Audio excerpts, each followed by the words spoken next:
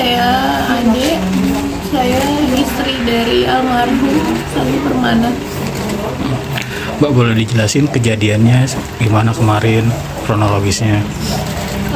Kronologisnya saya nggak tahu pasti ya, karena kemarin kan pagi ya, kemarin pagi saya masih tidur, tiba-tiba itu jam 7:30 saya dibangunin sama ibu saya, katanya ada tetangga yang jemput, katanya suruh ke rumah sakit.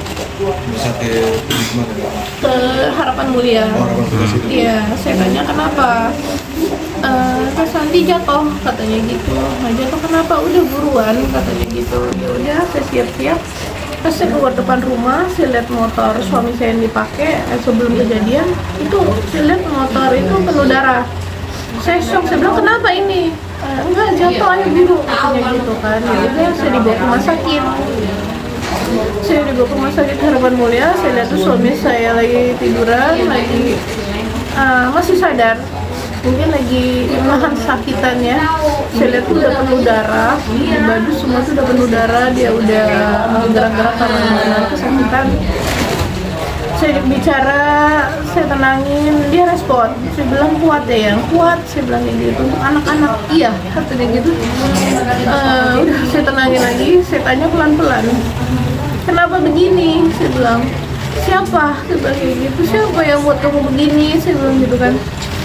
Mungkin dia mau ngomong, cuman karena nafasnya udah sesak ya, jadi dia nggak bisa ngomong. Jadi dari rumah sakit Harapan Mulia itu dirujuk lagi ke RSUD Cilengsi. Di RSUD Cilengsi itu udah di dalam mobil itu, saya nampinginnya di sini. Sebelum nyampe ke rumah sakit RSUD Cilengsi itu dia udah ngembusin napas terakhirnya di sini saya. Sampai di rumah sakit RSUD Cilengsi itu baru dinyatain meninggal. Terus sudah diproses karena korban penusukan ya, jadi dipindahin ke kamar jenazah untuk polisi untuk divisum segala macam, jadi tunggu. Nah, jadi pas lagi saya tungguin almarhum di kamar jenazah, saya dengar ada warga saya itu lagi mungkin diinterogasi polisi. Jadi saya dengar, karena katanya si korban suami saya itu pagi kan dia biasa emang suka nganterin makan ayam ke rumah belakang karena dia ternak ayam. Pulang terus katanya mungkin adu cekcok katanya sama tetangga, langsung penusukan katanya. Tapi setelah penusukan itu katanya dia masih sempat sadar, dia jalan minta pertolongan warga. Dia minta pertolongan, yang ada di sini kan ada perawat. Dia minta tolong ke sana, tapi perawatnya nggak ada, cuman dia ketemu sama salah satu temennya di situ, mau nganterin dia ke rumah sakit. Mungkin yang temennya itu mungkin nanya kenapa, tapi suami saya itu nyebut nama pelaku.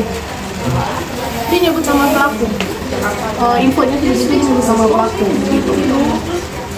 Nah saya tahu emang dia pagi nganterin makanan ayam. Setelah kejadian saya cek CCTV rumah, itu dia keluar rumah sedang jam 6:30, terus sebelum kejadian jam 7:30, jam 7 lewat 20 dia masih mau ke rumah dulu. Dia ke rumah nganterin apa yang mungkin dia beli, dia taruh, terus pergi lagi. Nah itu yang kejadiannya, terus dia pergi lagi balik. Saya nggak tahu masalahnya apa. Mbak, kalau untuk luka tusukannya di bagian mana ya? Luka tusuknya di sini ada bolong, itu ditusuk pakai obeng.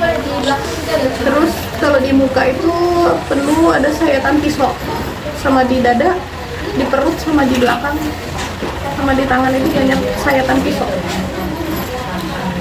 Tapi sebelumnya almarhum pernah cerita soal ada masalah atau karena saya dengar ya, almarhum kan orangnya sangat ramah gitu ya. Iya. Nah itu apa pernah cerita sama? Apa-apa dia tuh emang selalu cerita sama saya. Waktu itu sih kita ada forum warga kan, forum RT gitu di bulan November. Ada rapat di forum RT gitu. Terus ya suami saya mengeluarkan aspirasinya mungkin kan, terus ada juga yang mengeluarkan aspirasinya mengenai minum-minuman yang dilarang di rumah ini mungkin kan. Terus si pelaku itu mungkin tidak terima, mungkin pas soal bahas minum-minuman ya. dia tidak terima. Terus suami saya berkomentar langsung, kenapa? Suami saya bilang gitu, Anda bukan warga sini. Suami saya ngomong seperti itu karena si pelaku tinggal di sini kan sudah puluhan tahun, tapi KTP kan bukan KTP sini. Jadi suami saya ngomong seperti itu. Terus pas malamnya itu juga dia ngotot-ngototin saya, itu waktu di bulan November itu pelaku. Saya bilang kenapa? Dia bilang gitu kan, suami saya juga nyamperin, kenapa ngotot-ngotot, udah kabur dia. Nah mungkin di saat itu dia ada dendam kali ya. Kadang kan cuman kita kan mengeluarkan pendapat kita ya di forum ya. Mungkin dia udah ada dendam, mungkin nggak terima, mungkin gitu ya. Jadi waktu itu juga ada mungkin karena feeling saya, mungkin karena kemarin ada yang bilang cerita kalau si pelaku itu sedang memangkas rumput atau tanaman ya, dia di samping rumah dia itu lagi mangkas gitu. Nah mungkin suami saya lewat, suami saya negor, mungkin dia nggak terima, makanya terjadi itu. Karena yang saya alamin itu ada 1 bulan yang lalu deh, beberapa minggu yang lalu itu pernah kejadian di saya. Soalnya saya ke belakang juga, ke rumah saya yang di belakang, sama anak saya naik motor, itu si pelaku lagi mangkas pohon juga. Kan beda ya kalau cara orang mangkas yang biasa sama yang emosi. Jadi pas saya lewat terus dia emosi begitu, saya tegur sambil saya lewat karena saya takut. Nah, saya memang dulu berpikir saya sambil lewat aja karena saya takut, total saya dibacok dari belakang gitu kan. Saya udah feeling itu dulu beberapa minggu yang lalu, saya takut. Jadi saya bilangnya pelan-pelan dong, kan saya bilang gitu, karena kan yang pegangnya celurit, saya bonceng anak saya, pelan-pelan dong saya bilang gitu. Nanti kalau kena saya sama anak saya gimana? Tapi itu saya sembari jalan, bukannya saya nggak berani negor karena kan saya takut. Posisi dia pegang celurit, jadi saya sambil jalan karena saya takut dia tata ngebacok anak saya dari belakang. Jadi saya sambil jalan aja, tapi dia melotot. Saya ceritain ke suami saya, tadi kenapa? Dan untuk si Gimbal, tadi saya ketemu, saya tegur, terus apa jawabnya? Dia melotot aja, biarin aja, mungkin dia mau cari gara-gara kali gitu. Dan kalian lah suami saya. Nah mungkin kejadian itu sama seperti saya, itu suami saya mungkin dia lagi lantas juga, mungkin suami saya tegur juga, dia nggak terima, mungkin bacok suami saya. Itu sih yang saya tangkap, karena itu yang saya alami waktu itu beberapa minggu yang lalu. Saya juga seperti itu. Mbak, tapi pelaku berarti belum ditangkap atau seperti apa? Belum. Kabur berarti. Iya, kabur, katanya habis dari kejadian itu dia langsung kabur, iringan 2 motor sama istri sama anaknya. Jadi minggat gitu ya? Iya, kabur. Tapi mereka ini bukan warga sini, emang kontrak atau seperti apa? Pelaku itu dulunya tinggal di sebelah rumah saya. Setelah itu dijual rumahnya, dia ngontrak di situ. Berarti rumahnya nggak ada siapa-siapa rumah pelaku? Tadi saya samperin ke sana nggak ada. Info dari warga dia di polsek. Kan itu kan ada indikasi dari tahun lalu ya, tahun lalu ada ketegangan lah antara Mas Andi dan si laki ini. Apa dari situ sampai belakangan ada apa sih ibaratnya untuk menenangkan keduanya nih biar jangan sampai ada kejadian apa-apa, atau maksudnya dari pihak nggak ada sih, karena kan cuma cekcok biasa, nggak ada yang sampai berantem kan, cuman ya namanya kita forum kan adu argumen gitu kan, ya biasa ya. Cuman kalau misalnya kita kan lagi bahas apa yang terjadi di lingkungan gitu kan, nah dia nggak terima. Kalau dia nggak terima kan berarti dia peminum dong. Iya, karena kan kita waktu itu kan kita bahasnya jangan minum minuman di sini kan banyak anak-anak gitu kan, jangan kasih contohnya perilaku yang nggak baik sama anak-anak. Nah dia nyolot, makanya kalau misalnya memang dia nyolot berarti dia peminum dong gitu kan. Kalau memang dia mau terima ya terima dong, karena kan dia juga punya anak. Nanti kalau anaknya lihat kalau bapaknya minum gimana gitu kan. Memang si pelaku ini apa punya track record yang mungkin karena dia orangnya nggak berbaur sama warga, orangnya tertutup, orangnya nggak pernah ngomong. Sampai saya udah beberapa tahun tinggal di sini, saya nggak pernah dengar suara dia itu seperti apa. Karena emang ya apa ya, kalau kita ngomongnya dia di sini limbat, karena rambutnya udah limbat, terus dia nggak pernah ngomong. Mungkin apa terakhir dari almarhum itu apa sih yang sebelum kegiatannya, sebelum apa ada yang mbak merasa mengganjal nggak sih? Nggak ada. nggak ada apa-apa, dia nggak ada pernah cerita apa-apa. Karena waktu hari Sabtu kan saya mau berangkat ke Palembang kan PP, subuh-subuh tuh dianterin saya ke bandara. Sepanjang jalan itu ngobrol, saya temenin dia kan takut dia ngantuk, ngobrol biasa aja, nggak ada cerita apa-apa. Malamnya dia jemput lagi, terus malam tuh jam 12 makan bareng sama suami saya di kamar, kita makan bareng jam 12 malam itu makan berdua sama dia.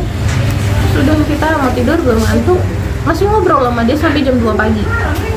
Masih ngobrol-ngobrol tuh biasa aja, nggak ada yang aneh, nggak ada apa gitu, masih ngobrol santai aja biasa. Nah saya nggak tahu itu ternyata paginya dia udah nggak ada. Emangnya sempat balik ya?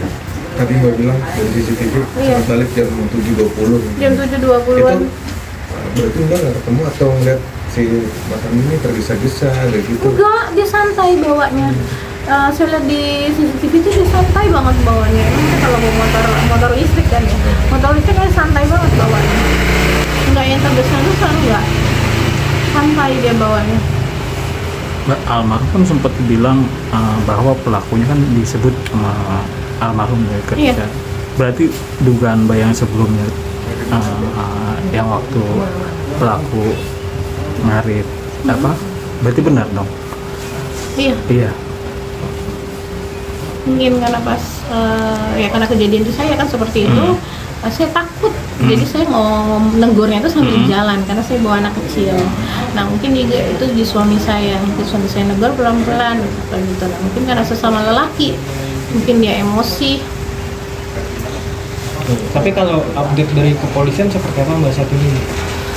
Update kepolisian sih katanya sudah nyebar ya, fotonya juga udah disebar, katanya sedang lagi dalam tahap pencarian. Ya mudah-mudahan lah hari ini pelakunya diketemukan ya. Mbak, kalau dari keluarga sendiri pengen dihukum seperti apa sih keluarga? Ya saya sih maunya ya hukumnya ya nyawa dibayar nyawa ya, karena biar ngerasain ya kehilangan. Sama dia punya anak 3, saya punya anak 3. Anak saya masih kecil-kecil. Gimana Mbak menjelaskan ke anak ketika tahu ayahnya sudah nggak ada? Itu yang terberat buat saya kemarin ya, menjelasinnya seperti apa. Jadi semalam pas jenazah ayahnya saya bawa ke sini karena biar anak-anak lihat. Anak saya yang nomor 2, itu umur yang 3 tahun, dia tanya, ayah kenapa? Kan karena sudah dibungkus kayak kapan, dia tanya kepalanya mana, tangannya mana, kok ayah pakai baju putih. Takut kalau yang nomor 1 dia bengong aja, dia ngeliatin. Nah kalau yang nomor 3 ayah bobo. Mungkin ya anak kecil masih bisa ngeliat ya, jadi dari jenazah dia keluar, ayah jangan bye bye dia gitu. Itu yang paling kecil. Sampai yang tadi pagi ya nggak kuat nih ya, anak-anak pada nggak ada yang nomor 2 itu kan nggak tidur. Dia sampai tadi pagi dia nggak tidur nyariin ayahnya, sampai dia bilang, mami ayah ditusuk katanya gitu. Aku sayang ayah, kamu tuh dari mana? Aku tuh dari orang-orang katanya gitu. Kalau yang kecil tadi bangun tidur nyari ayah mana gitu, karena kan emang anak saya 3-3 ini memang dekat semua sama bapaknya. Kalau tidur itu harus sama ayahnya semua. Kalau sosok Sandi dengan Mbak dan keluarga seperti apa? Kalau sosok dia suami yang baik ya, di keluarga saya juga dia baik, juga di perumahan ini dia sama teman-temannya kan, tempat di sini ini tempat base campnya, kumpul sama teman-temannya makan-makan gitu kan.